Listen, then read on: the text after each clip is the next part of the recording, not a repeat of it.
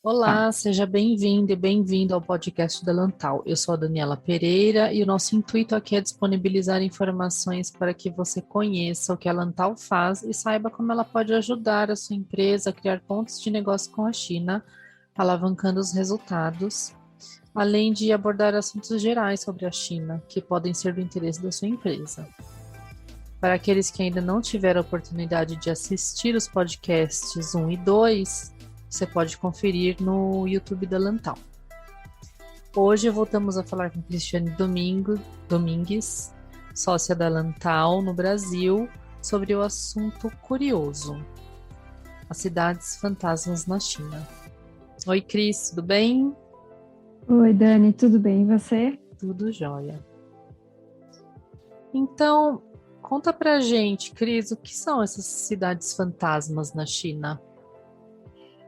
Então, as cidades fantasmas, elas foram bairros ou mesmo cidades, distritos que foram construídos para evitar que a população da área rural de algumas províncias se movimentasse para as cidades costeiras, né? Então, foi uma maneira que o governo central, que investiu em algumas províncias dinheiro para isso, é, é, achou que era importante para segurar as pessoas na região, na província, né? Então, evitando o deslocamento delas.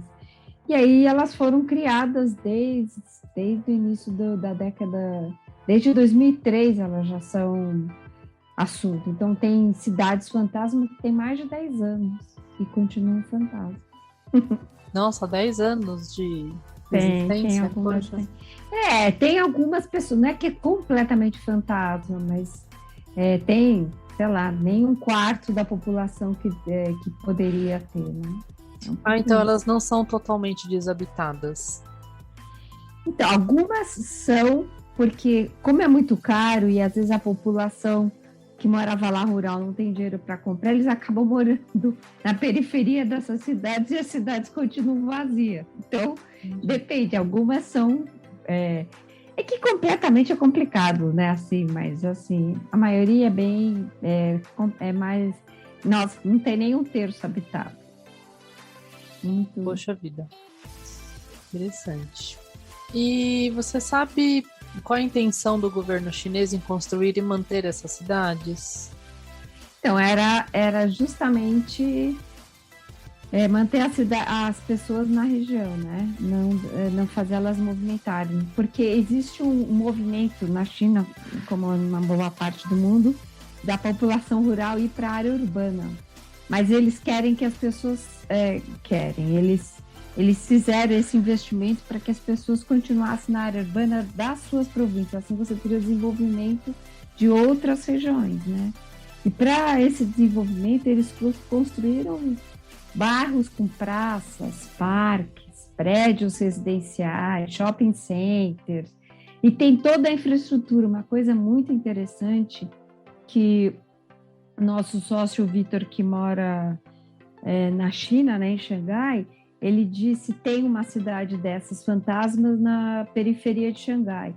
Ele, um dia no domingo, para passar o tempo, falou: vou até o final dessa linha de metrô. Ele chegou lá, saiu na boca do metrô, não tinha nada, era mato puro. Ou seja, a infraestrutura chega antes, existe todo um planejamento para a infraestrutura, para o saneamento básico chegar, e às vezes a construção vem depois, entendeu? Então, existe um planejamento para tudo isso, elas são planejadas. Não é que nem aqui no Brasil que a gente gasta fortunas para desapropriar. Se pensa a longo prazo, se vai construindo, você consegue baratear toda essa infra, né? Tudo isso. Nossa, é muito incrível isso. Que no Brasil isso ia resolver muito a nossa Mas ainda questão populacional. mas no Brasil planejamento é uma coisa ainda que não se usa muito, né? Não, nem um pouco, aliás. E você sabe quantas dessas cidades existem aproximadamente? Olha, eu sei mais ou menos que tem mais de 50 dessas localidades. E tem, para você ter uma ideia, eu li numa estatística que tem mais de 64 milhões de apartamentos vazios. 64 milhões de apartamentos estão vazios. Nossa, é um número muito incrível. Muita gente compra para investimento, mas que nunca vai morar lá, entendeu? Tem gente que acabou investindo, então o governo agora faz o movimento para que as pessoas que não têm moradia, que adquiram aquelas moradias e não mais... por exemplo, tem uma cidade que é perto de Pequim, foi proibida das pessoas que moram em Pequim comprarem essas casas, que são casas de veraneio. Não deixaram que as pessoas que moram em Pequim comprassem as casas. Eles querem que outras pessoas se mudem para lá, porque as pessoas compram as casas, mas não habitam, então não adianta, continua fantasma. Então, existe também toda essa preocupação. É uma rigidez também do governo, né, para definir quem mora, não há tanto uma liberdade para você escolher, porque existe um plano maior do próprio governo. Tem algumas limitações e tem outras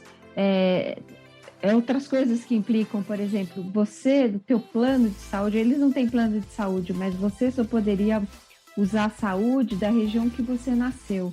Se você migra para Xangai, por exemplo, você teoricamente tem que usar a saúde meio que particular, entendeu? Você não pode usar os serviços porque você não é daquela região.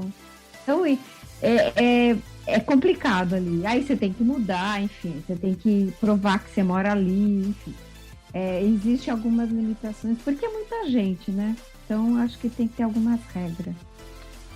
Sim, sim. E onde estão localizadas essas cidades? Tem uma concentração? Está pulverizado ali no mapa da China? Elas estão pulverizadas. Elas não estão em nenhum lugar. Por exemplo, uma que eu acho muito interessante é uma cidade chamada Ordos, que fica no deserto do interior da Mongólia. É longe pra caramba, assim, bem completamente fora do centro, assim, econômico da China. E ela foi construída em 2003, né? E o que aconteceu com ela? Tem um distrito, ela foi construída para abrigar 1 milhão de moradores. E ela hoje tem 153 mil. Pra você ter uma ideia, foram chamados arquitetos de várias partes do mundo para fazer projetos de museu, de teatros, mas assim, verdadeiras obras faraônicas, não, bonitas, né? Obras arquitetônicas belíssimas. Tem museu que tem todos os dinossauros da pré-história e ninguém vai visitar o museu, ele está fechado, todo equipado, mas não tem ninguém. Tem até uma réplica do Central Park, para você ter uma ideia, nessa cidade Ordos. Ela é uma coisa louca. Tem vídeos sobre isso, é muito interessante.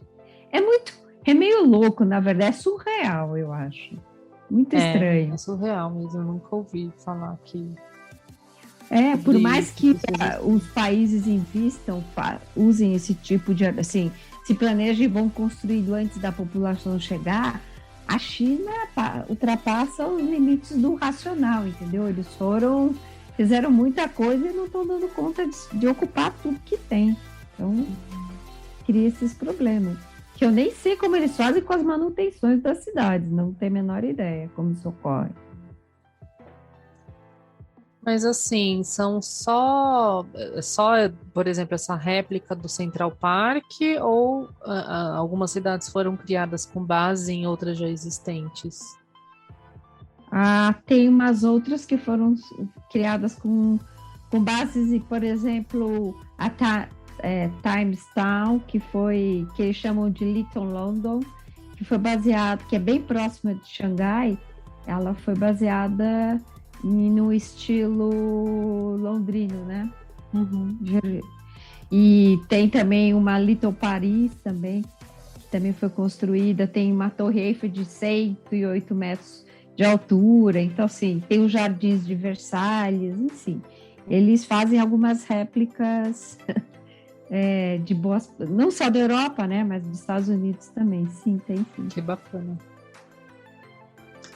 E vamos supor que a gente consiga, o governo chinês consiga levar moradores para essas cidades, né? Quais seriam as fontes de renda para essas pessoas? Na verdade, levar morador depende de você levar as empresas para a cidade, né? Tem uma cidade que eu não me recordo o nome, que era uma cidade fantasma, só que na região dessa província tem uma escola muito famosa que forma grandes alunos para as grandes universidades na China.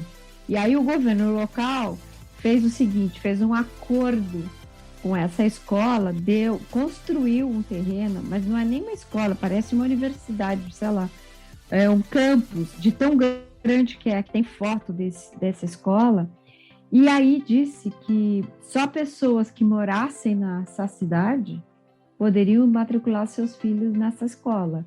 E com isso eles começaram a aumentar a população. Ele foi uma maneira de trazer a população para lá, porque para os chineses a educação é o bem maior.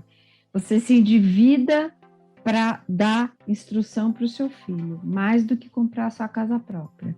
A educação é uma coisa extremamente importante para a família chinesa. Então, isso foi um dos artifícios. Então, o que tem que fazer fazer acordos, dar alguns incentivos para algumas indústrias, empresas se estabelecerem, e assim você vai trazendo a população, porque não adianta nada a população comprar casa, moradia, se não tem trabalho. Aí ele tem que viajar não sei quantos quilômetros para trabalhar, aí, né, começa a ficar inviável. Cria outro tipo de problema, né? Não resolve, não resolve a vida das pessoas. Legal. Exato. E o governo tem algum plano para o desenvolvimento dessas cidades? Eu acho que eles aportaram muitos recursos, né, para os governos locais, deram emprego para muita gente, né, porque a área da construção emprega muita gente. E agora eu não sei o que vai acontecer. E tem uma dívida monstra, né, que é como vai pagar tudo isso se as pessoas não moram, se as pessoas não compram, o que eles vão fazer com tudo isso? Então, não sei, eu não sei te dizer, eu acho que eles têm que ter um plano de levar indústrias, empresas para essas cidades fantasma, algum incentivo para que a população comece a se movimentar e ir para lá, né? Você acredita que haja possibilidade da China no futuro querer abrigar estrangeiros, né? No caso, destinar a venda dessas casas para estrangeiros? Eu acho que eles não têm problema quanto a isso, não, de vender para os estrangeiros. Acho que não. Acho que as grandes cidades, né, elas já estão bem acostumadas com os estrangeiros. As do interior, às vezes, podem ter algum tipo de problema. Problema não, é estranho, né? Eles verem pessoas que não têm olhinho puxado, digamos assim, mas não tem preconceito, eles acham estranho, muito no interior. Você vai no interior da Mongólia, no meio do deserto, não vai achar muita gente que não tem olhinho puxado, ou seja mongol, que tem mais uma cara mais redondinha, né? Mas não, acho que não. Eu acho que o governo deve incentivar, sim. Para quem tiver interesse em migrar para a China, né? É uma oportunidade interessante. Né? Pode ir para lá, exato. Então, é isso então, pessoal, por hoje. É um assunto super interessante. É possível que a gente traga novamente esse assunto para vocês de outra forma, nos nossos posts, né? Em artigos. E acompanhe a gente nas redes da Lantal, no site www.lantal.com.br. Na próxima edição, então, do nosso podcast, vamos trazer outros assuntos interessantes para sua empresa, para você, sobre a China. Até lá. Um abraço.